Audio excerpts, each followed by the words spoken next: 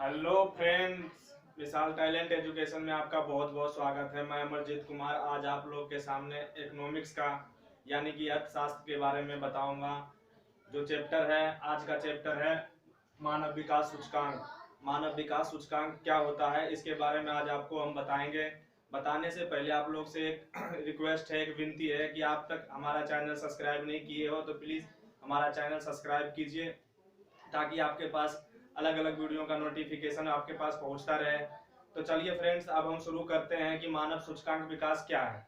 मानव सूचकांक विकास HDI वह सूचकांक है जो कि एक मनुष्य का आंकने का काम करता है। क्या करता है? मनुष्य की विकसित या विकासशील देश कितना है उसे आंकने का काम करता है कि मनुष्य जो है वो कितना विकसित है, कितना मतलब विकसित किया है या नहीं किया है, या अल्प विकसित देश है। तो हम ये जानते हैं कि हमारा जो देश है उसमें तीन तरीके से विकासशील देश होता है। एक तो विकसित होता है और दूसरा विकासशील देश होता है और एक अल्प विकसित देश होता है।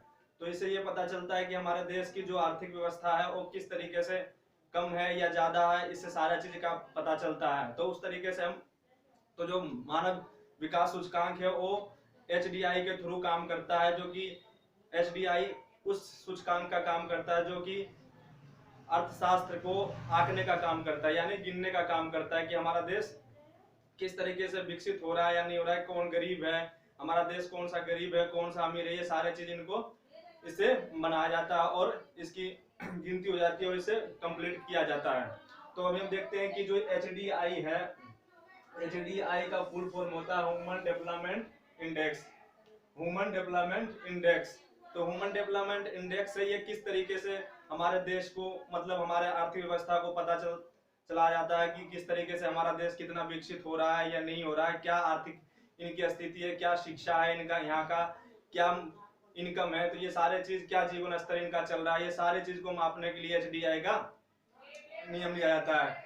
HDI ने, अब हम ये देखते हैं कि जो हमारे भारत के जो इकोनॉमिक्स अर्थशास्त्री थे अमर्त्य सेन, कौन थे? अमर्त्य सेन।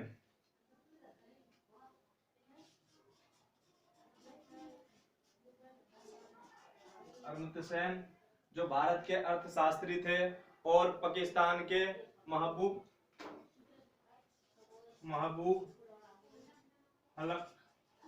हबुल्लक थे, जो एक बड़े अर्थशास्त्री थे। क्या थे? बड़े अर्थशास्त्री थे, जो कि ये इन्होंने एक स्थापना किया था। उस स्थापना क्या था, वो किस चीज का स्थापना किया था? उन्होंने UNDP को स्थापना किया था।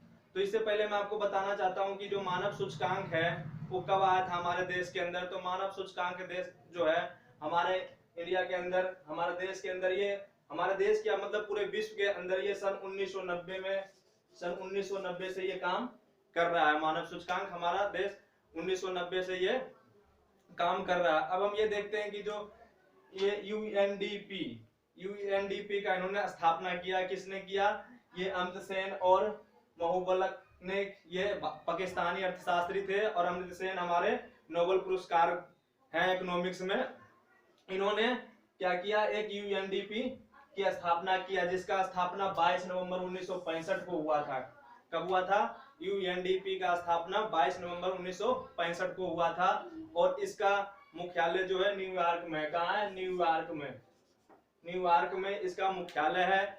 जो अब हम ये जानते हैं कि जो HDI है वो किस तरीके से हमारे HDI करने का मतलब मैं आपको ये बताना चाह रहा हूँ कि जो HDI होता है वो पूरे विश्व में हर देशों में जाके वहां को आंकने का काम करता है कि कौन सा देश कितना विकसित है, कितना कृषि में उत्पाद कर रहा है, कितना शिक्षा प्राप्त हो रहा है, कितना उनका इनकम आय है। तो ये सारे चीज इनका जानकारी लेते हैं ये HDI, ह्यूमन डेवलपमेंट इंडेक्स। तो हम ये देखते हैं कि ह्यूमन डेवलपमेंट जो इंडेक्स है वो किस तरीके से इसे आंकने का काम करता है। तो हम ये देखते हैं कि सबसे पहले इन्होंने 3 आधार बनाया था। किस तरीके से इन्होंने 3 आधार बनाया था? UNDP ने नहीं, मतलब इन्होंने ये बात बोला था अमर्त्य सेन ने कि ये 3 आधार बनाओ, किस तरीके से काम किया जाए। तो इन्होंने पहला आधार बनाया था स्वस्थ, दूसरा शिक्षा, तीसरा जीवन स्तर। क्या क्या बनाया था? पहला स्वस्थ, दूसरा शिक्षा, तीसरा जीवन स्तर। तो इन तीनों चीजों से पता चलेगा कि कितना हमारे देश में शिक्षा प्राप्ति हो रही है, कितना शिक्षा प्राप्ति होगी जब तभी तो हमारा देश आगे बढ़ेगा। उसी तरीके से जीवन स्तर क्या चल रहा है उनका, कितना मतलब रोज का इनकम है, कितना इनकम हो रहा है इस देश में, राष्ट्रीय आय इनका कितना है। तो ये सारा इन चीजों से पता चलेगा कि हमारा देश कितना तरक्की पे जा रहा है या नीचे गिर रहा, विकसित हो रहा है या विकसित हो रहा है। ये सारे चीज इन चीजों तीनों का उन्होंने आधार बनाया। तो अभी हम ये देखते हैं कि स्वस्थ है, तो हम ये लेते हैं स्वस्थ में, सॉरी मार्कर खत्म हो गया। अभी हम ये देखते हैं स्वस्थ जो है वो किस तरीके से मतलब काम करते हैं। इन्होंने एक ह्यूमन डेवलपमेंट इंडेक्स ने एक जो यूएनडीपी थे, इन्होंने क्या किया, इनकी जो यूएनडीपी 1965 में जो स्थापना हुई थी इनकी, तो इन्होंने ये चीज अपनाया था कि जब ये अमृत सेन ने और ये महोलक ने बोला कि हमारा किस तरीके से इसे आंकने का काम किया जा सकता है, किस तरीके से जांच का काम किया जाता है, तो इन्होंने बताया कि स्वस्थ और शिक्षा जीवन स्तर में जो भी है इस चीज को अपनाया जाए और इसके तरीके से इन्हें गिनने का काम किया जाए हर देश में जा जाके।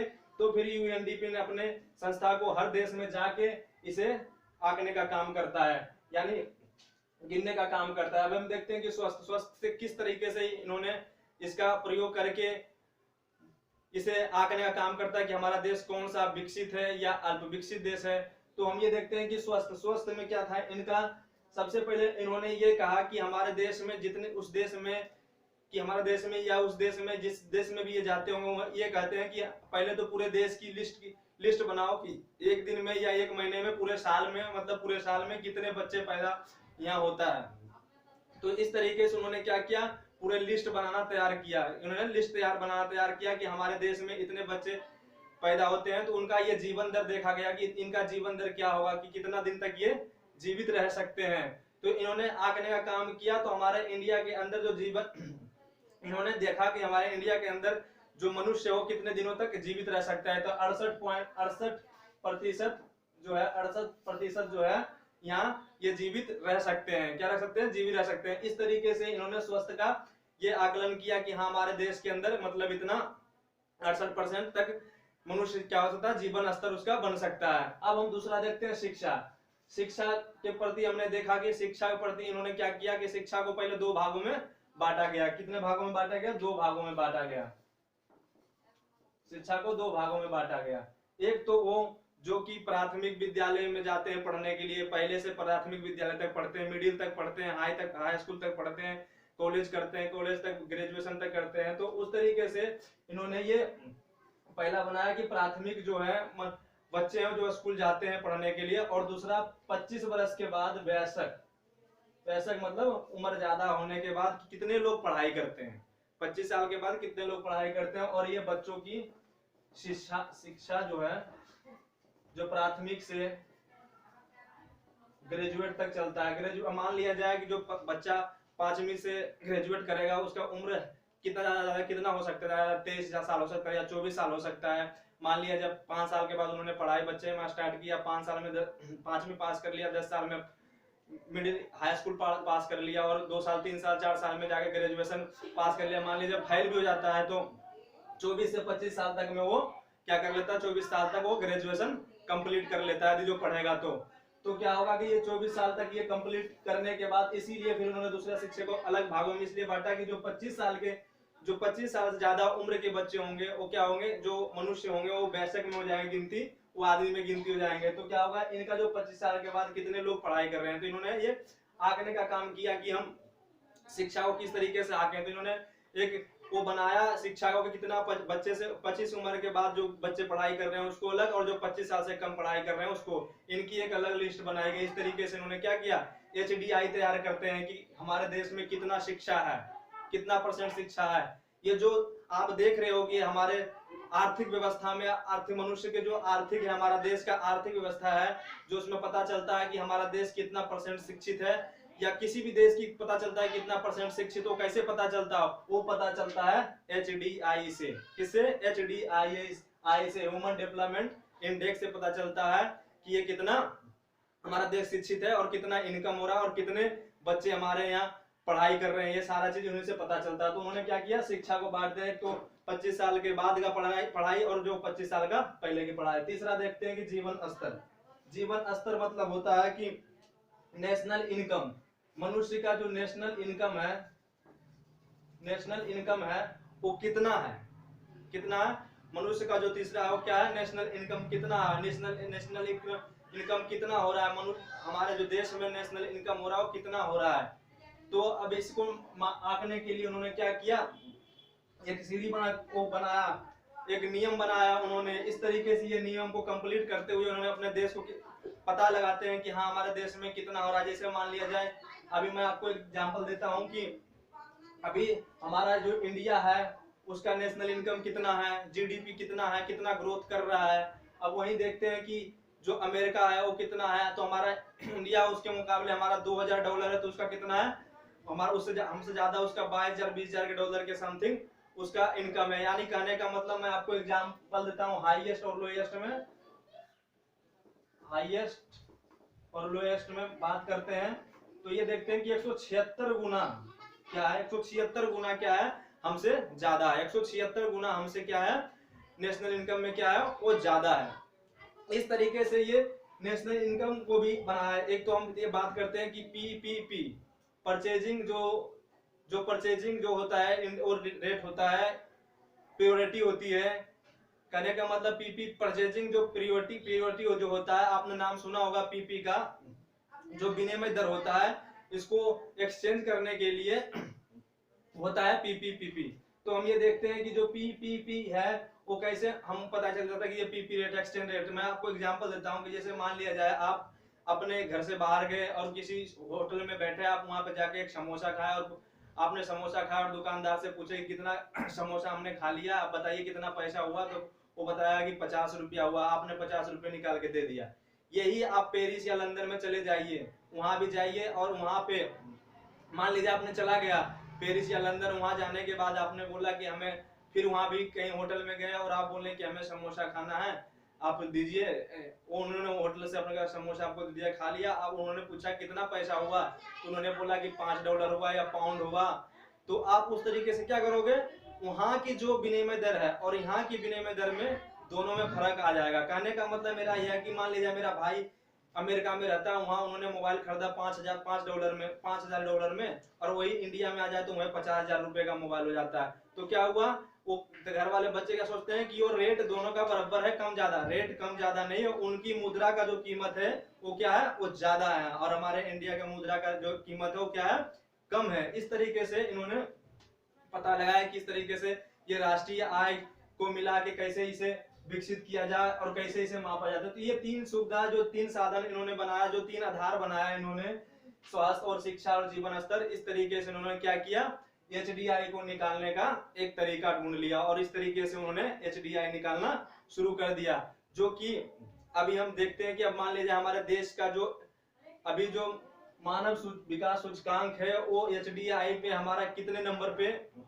हमारा देश है। तो हम ये देखते हैं टोटल देशों में 189 देश में हमारा देश 130 नंबर में 2018 में था। कितने में था, 2018 में, 18 तक कितना था, 30 नंबर पे, 130 नंबर पे, कितने पे था, 130 नंबर पे 2018 में था। 2018 के बाद अभी 2019 का ये रिपोर्ट कहता है, कहने मतलब 2018 के बाद ये कितने नंबर पे आ गए, ये घटकर 129 पर आ गए। तो अब ये देखते हो कि आप इसकी गिनती कैसे होता है, तो इसकी गिनती शुरू से होता है। कैसे होता है, शुरू से गिनती होता है, 0 0 जो होता है सबसे कम होता है, फिर 0.1 0.2 0.3 0.5, इस तरीके से इसका क्या होता है, ये गिनती होता है।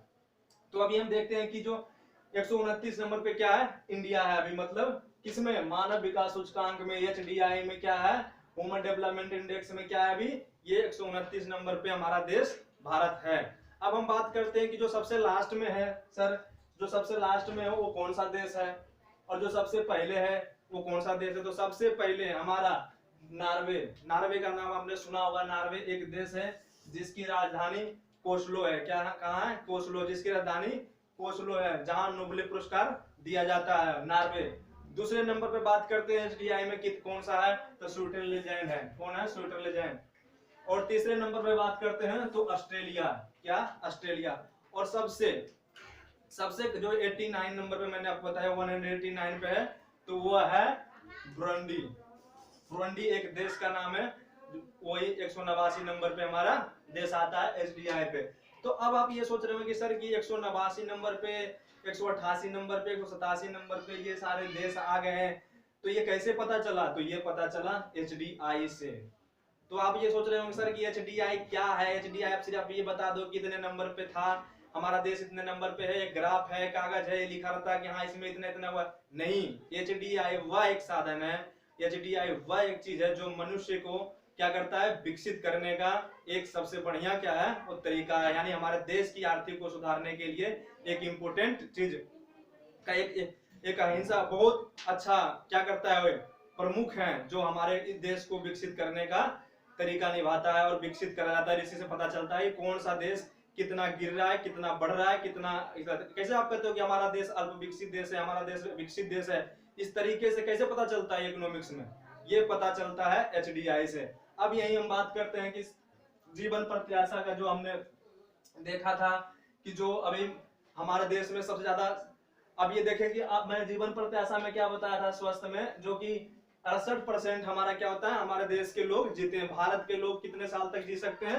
तो 68 साल तक। तो भारत कितने साल तक जी सकते हैं? 68 साल तक। अब यही हम बात करें कि जो सबसे ज्यादा जो देश सबसे ज्यादा उम्र में जीने वाला ऐसा कौन सा देश है सर? ऐसा बताइएगा देश का नाम सर। तो वो है मोनाको। क्या है? मोनाको। वहां 89 बरस तक लोग जीते हैं। कहां? 89 बरस तक, 89.5 बरस तक जीते हैं। 89.5 बरस तक वहां लोग जीते हैं।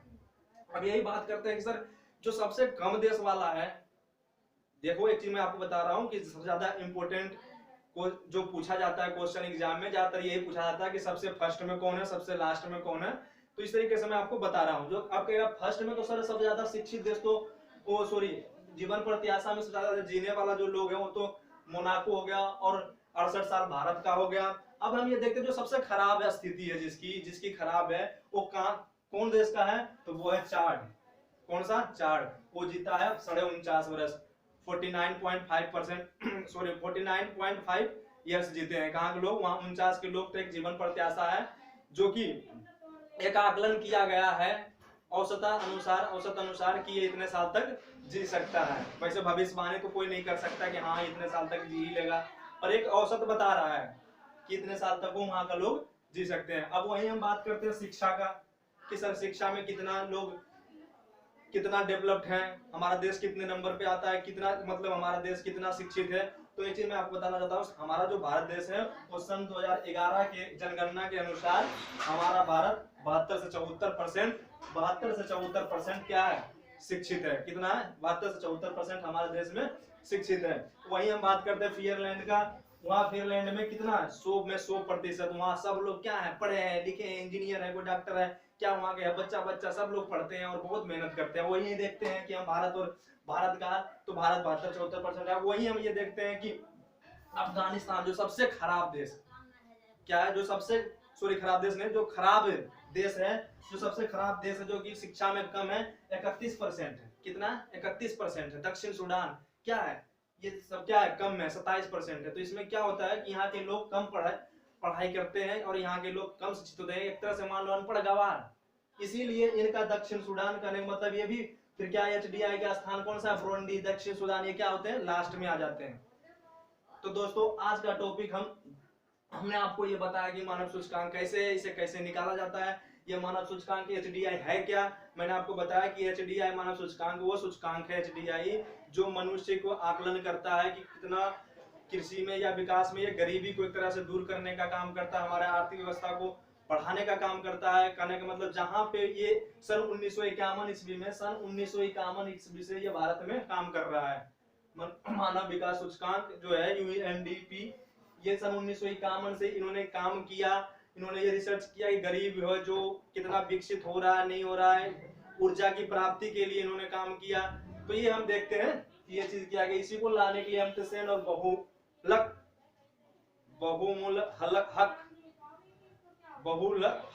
क्या? महबूल हक क्या था? महबूल हक। इन्होंने महबूल हक में क्या किया? महबूल हक ने इन्होंने ये यूएनडीपी की स्थापना किया सन 1965 ईस्वी में, जिसका मुख्यालय न्यूयॉर्क में है। इन्होंने फिर ये चीज लाया और इससे पता चला कि हमारे देश की एचडीआई क्या है, कितने नंबर पे इनकी रैंकिंग आती है। तो इस तरीके से पता चलता है कि हमारा देश का अर्थव्यवस्था क्या है। तो दोस्त, आज का टॉपिक हम यहीं पे खत्म करते हैं। अगला टॉपिक आपके लिए फिर हम इकोनॉमिक्स के बारे में आपके लिए बढ़िया सा टॉपिक बिल्कुल लेके आएंगे। तब तक के लिए बहुत बहुत धन्यवाद। आप लोग से कहना चाहता हूं कि हमारा वीडियो बिल्कुल आप देख रहे हैं और इसे लाइक कीजिए, सब्सक्राइब कीजिए, और कोई भी आपको जो भी कुछ पूछना हो तो आप सिर्फ कमेंट कीजिए। क्या कीजिए? कमेंट कीजिए। तो लाइक सब्सक्राइब कीजिए ताकि हमारा वीडियो का हर नोटिफिकेशन आपके पास पहुंचता रहे। तो हमारा वीडियो देखने के लिए आप लोगों को बहुत बहुत धन्यवाद। Thank you.